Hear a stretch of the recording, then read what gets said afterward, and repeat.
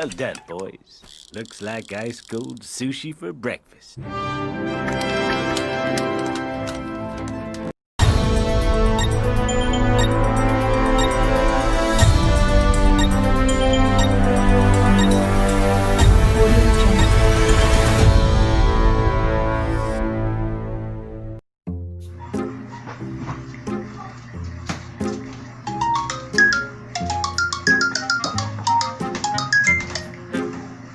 Hello, G. Oh, hello madam. Unsa may ato? Di ba naman ito gihatag si Ma'am Alma sa itong activity?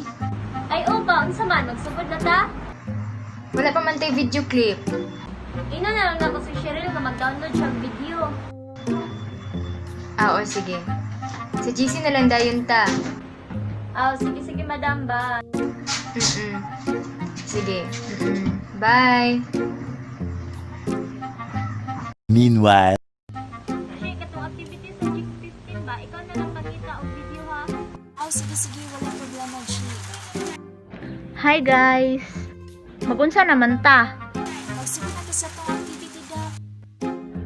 Oo! Sa Jack 15? Oo daw. Mag-start na ta, guys! Hi. So now, let's start.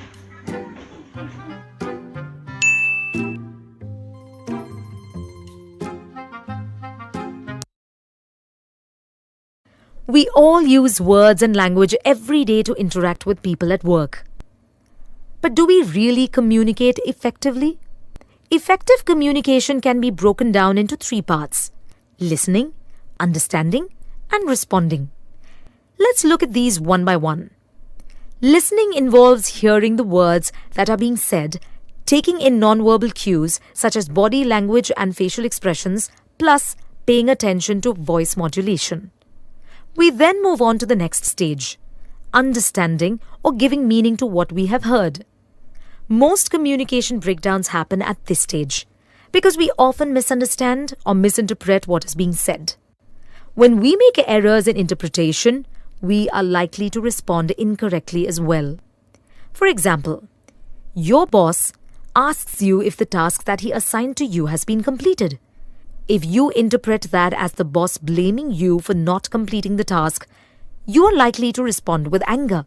However, if you interpret that as your boss wanting to just know the status of the task, you are likely to feel less angry and defensive. How we interpret what we hear is affected by the thoughts that pop up in our minds when we are listening. At Way Forward, we help you catch these automatic thoughts so you can reduce communication errors and be more productive at work. For more information, reach out at www.wayforward.co.in. What models of communication is illustrated in the video clip? Transactional model because the sender wishes to convey information to a receiver. As we can see in the video, both sender and receiver are known as communicator. Also, they equally play an important role in communication. The message might not be perceived by a person the same way when it is sent through phone and when it is provided face to face. Possibly it is because the absence of the gestures. This implies the communication will be achieved as people both send and receive messages. I am Cheryl Miran Enriquez, 19 years old, from Kabanglasan, Bukidnon. What forms of nonverbal communication are shown? Do these make communication effective, or these are distracting? Body language and facial expressions are the forms of nonverbal communication that are shown. What a person actually says, along with his or her facial expression and body language, might tell you a great deal about what that person is really trying to say. What a person actually says, along with his or her facial expression and body language, might tell us a great deal about what that person is really trying to say. But we must listen very well for us not to misinterpret and misunderstood, and so that it will make communication effective. Good day everyone, I am Claire Daphne B. Sigarino, 19 years old from Tandaco, Lilingayon, Valencia City, Bukidnon. Today, I am Maria Angelica Pinales from Business. The question is there a barrier of communication that has observed? If that's what it is.